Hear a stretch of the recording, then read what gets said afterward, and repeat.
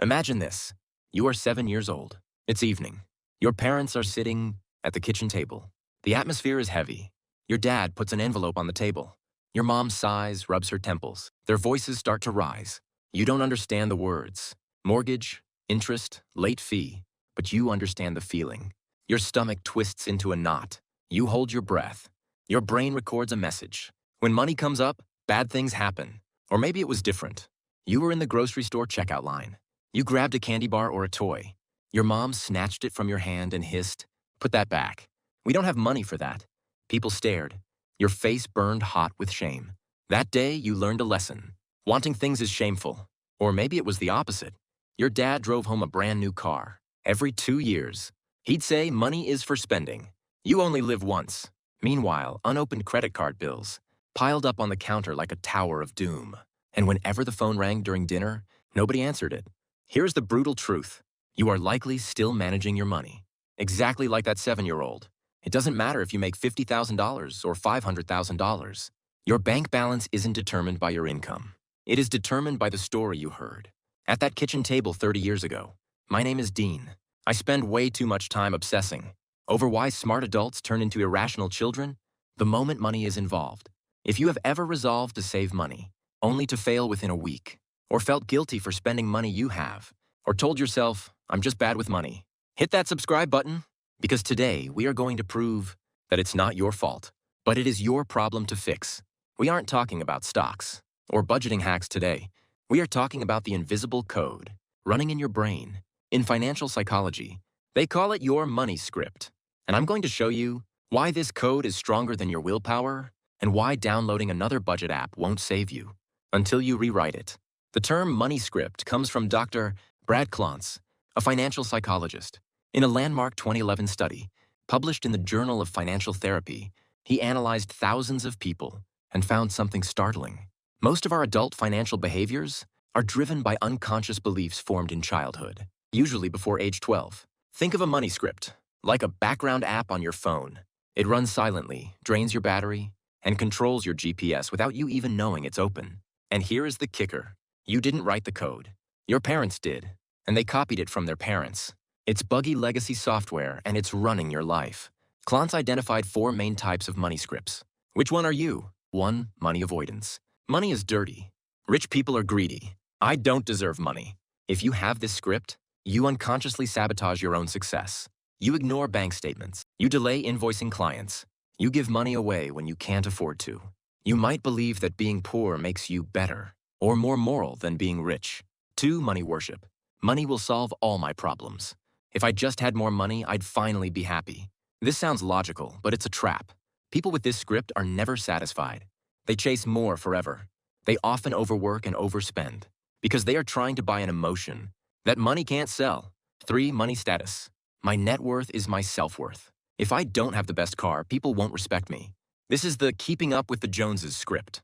You buy things you can't afford to impress people you don't like. This script is highly correlated with credit card debt and financial infidelity, lying to your spouse about money. 4. Money vigilance. You must save for a rainy day. Talking about money is rude. Never have debt. This sounds healthy, but taken to the extreme, it becomes anxiety. You have $2 million in the bank, but you're too terrified to buy a latte. You live in a constant state of scarcity, unable to enjoy the life you worked for. Here's the scary part of Klontz's research. Most people don't know they have a script. They think they are making rational choices, but the data shows their choices are statistically predicted by what happened to them in 4th grade. Why is this programming so sticky? It's neuroscience. Child development research tells us there is an imprinting period between ages 3 and 12. During this time, your brain isn't recording facts. It's recording feelings. These lessons are stored in the amygdala and hippocampus, the emotional centers of the brain, not the rational prefrontal cortex. This explains why you know logically that you should save for retirement, but you feel emotionally a compulsion to blow your bonus on a vacation. Your prefrontal cortex says save. Your amygdala says spend it before it disappears, like it did when you were 7.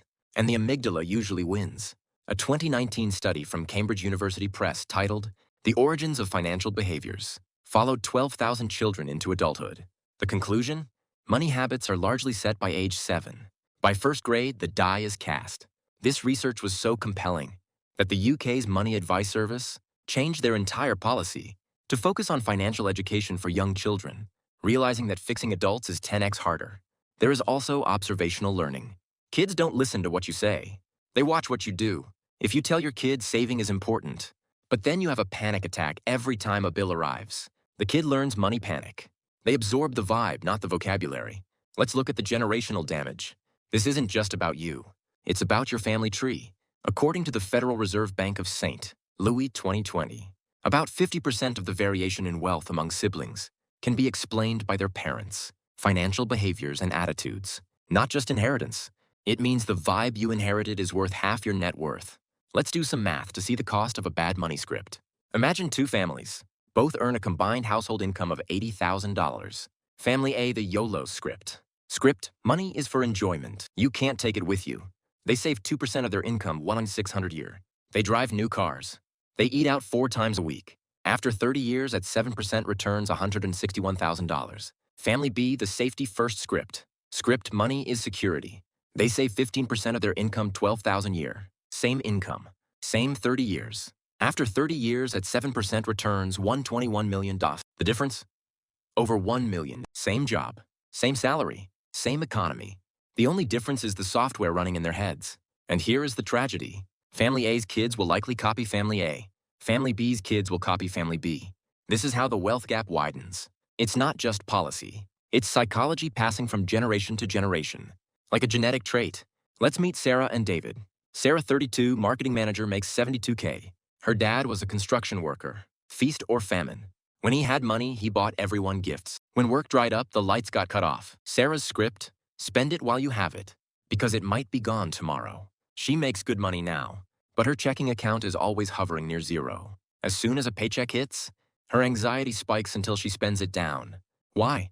Because to her subconscious, having money sitting there feels unstable. Spending it feels like locking in the value before it vanishes. It's a survival mechanism from her childhood that is now destroying her adulthood. David, 35, engineer, makes $115K. His parents were middle class but secretive. Talking about money was considered trashy or rude.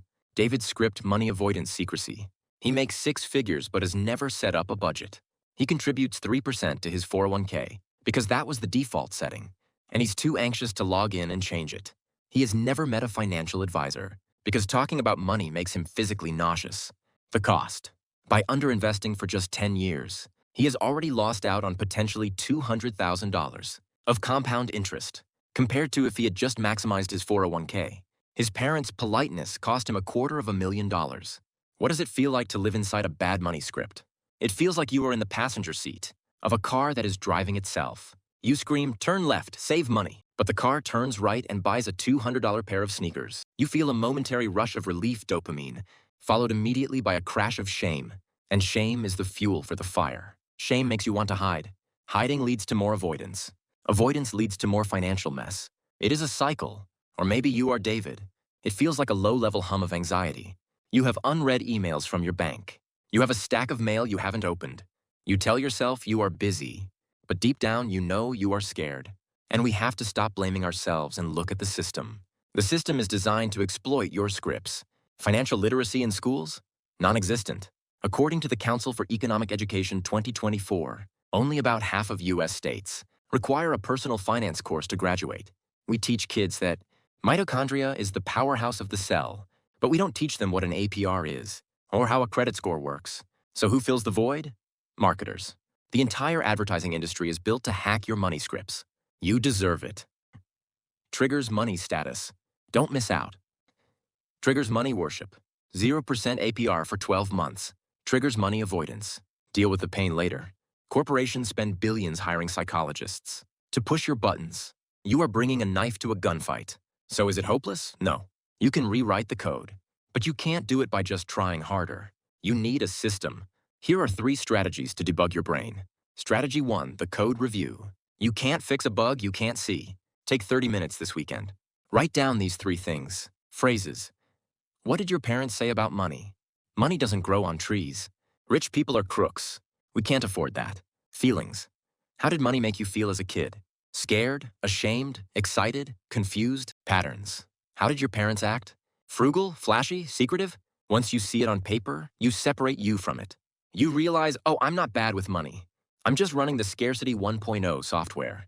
My mom installed in 95. Awareness is 50% of the cure. Strategy 2. The emotional receipt. For 1 month, track your spending, but add a new column emotion. Coffee $5, tired.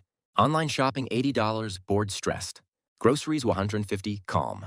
New watch $300, insecure. You will start to see patterns. You aren't buying things, you are buying feelings. Studies show that just pausing to identify the emotion can reduce impulse spending by over 20%. You are moving the decision from the amygdala emotion to the prefrontal cortex logic. Strategy 3, the script override. Force your environment to overpower your willpower.